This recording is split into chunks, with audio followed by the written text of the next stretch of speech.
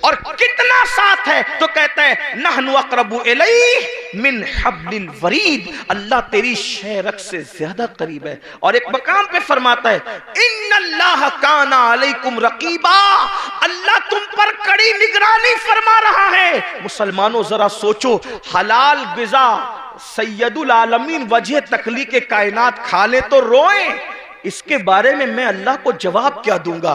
ہم تو گناہ کر رہے ہیں اور ہمیں احساس ہی نہیں، اللہ کو حساب بھی دینا ہے، اللہ کو جواب بھی دینا ہے۔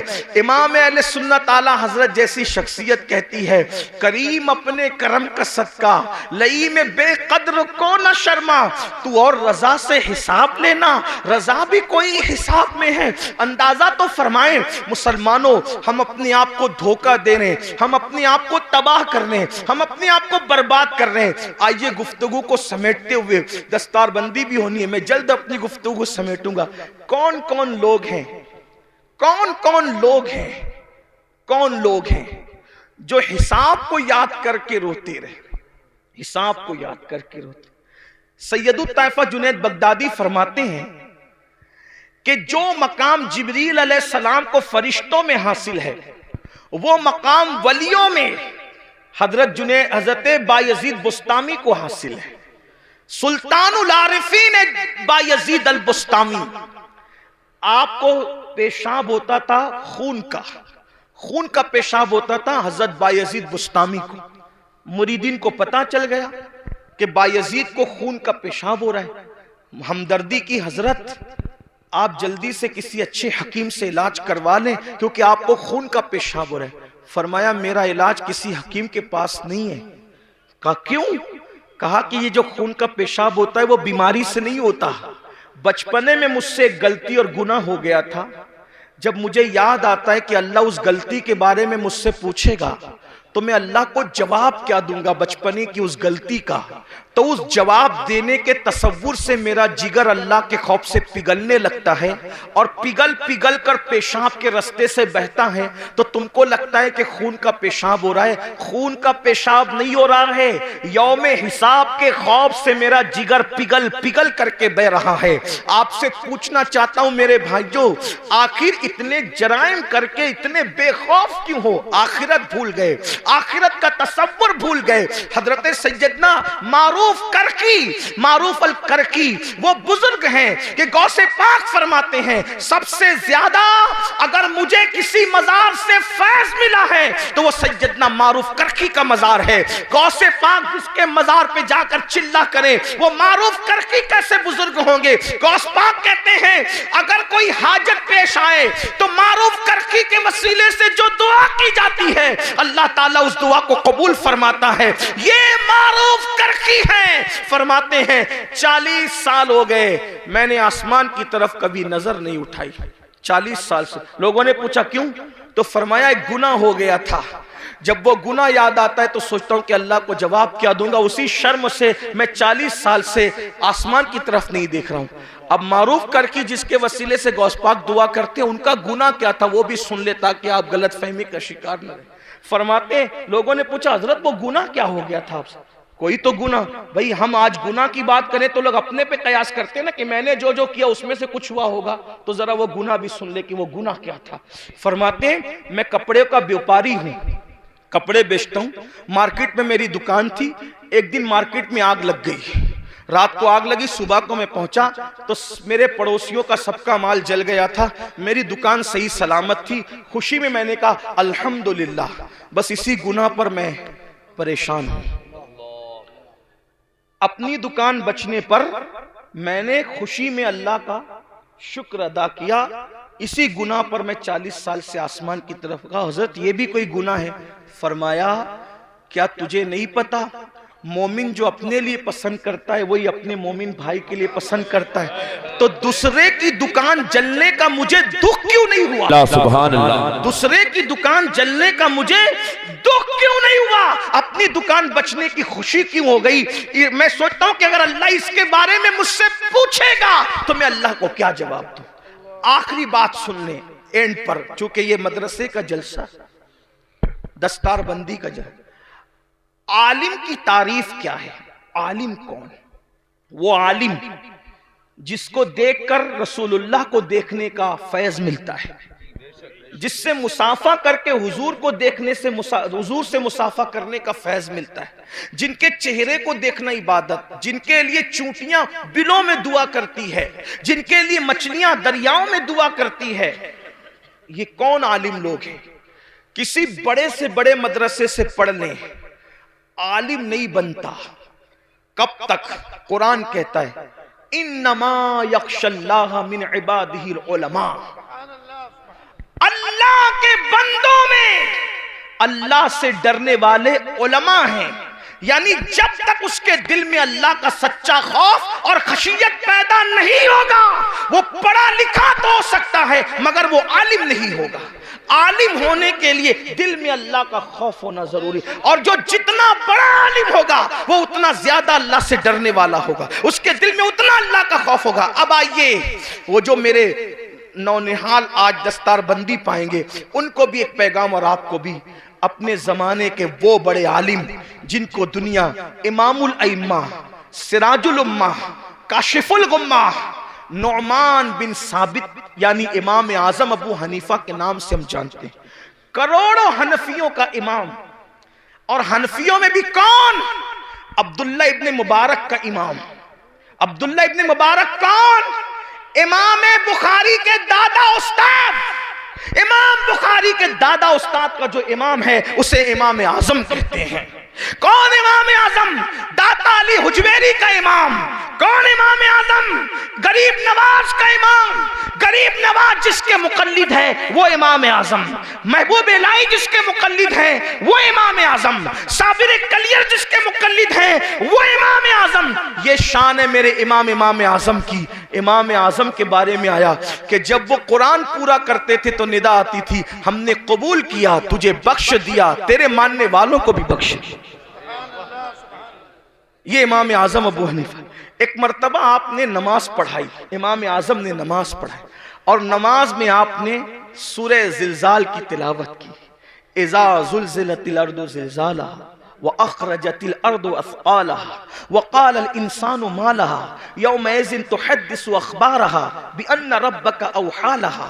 یہ سورہ مبارکہ پڑھی اور قیامت کا اور یوم حساب کا منظر یاد آ گیا تو امام اعظم ابو حنیفہ کی آنکھوں میں آنسو آ گئے، اور جب اس پر پہنچے فَمَن يَعْمَلْ مِثْقَالَ ذَرَّةٍ خَيْرًا يَرَهُ وَمَن يَعْمَلْ مِثْقَالَ ذَرَّةٍ شَرًّا يَرَهُ۔